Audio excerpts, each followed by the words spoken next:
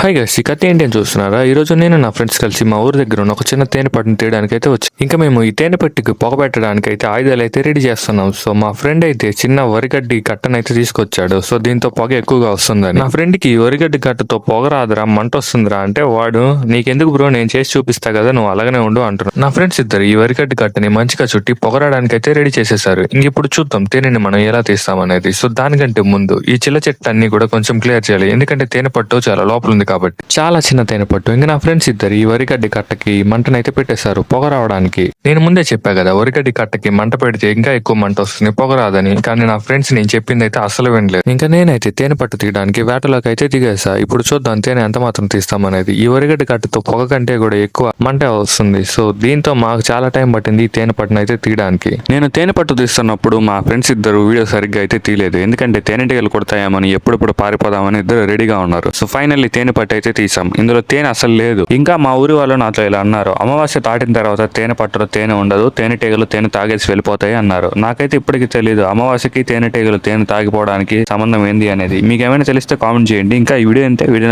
Like చేయండి, మన channel ని సబ్స్క్రైబ్ చేసుకోండి. నెక్స్ట్ వీడియోలో మళ్ళీ కలుద్దాం. By by.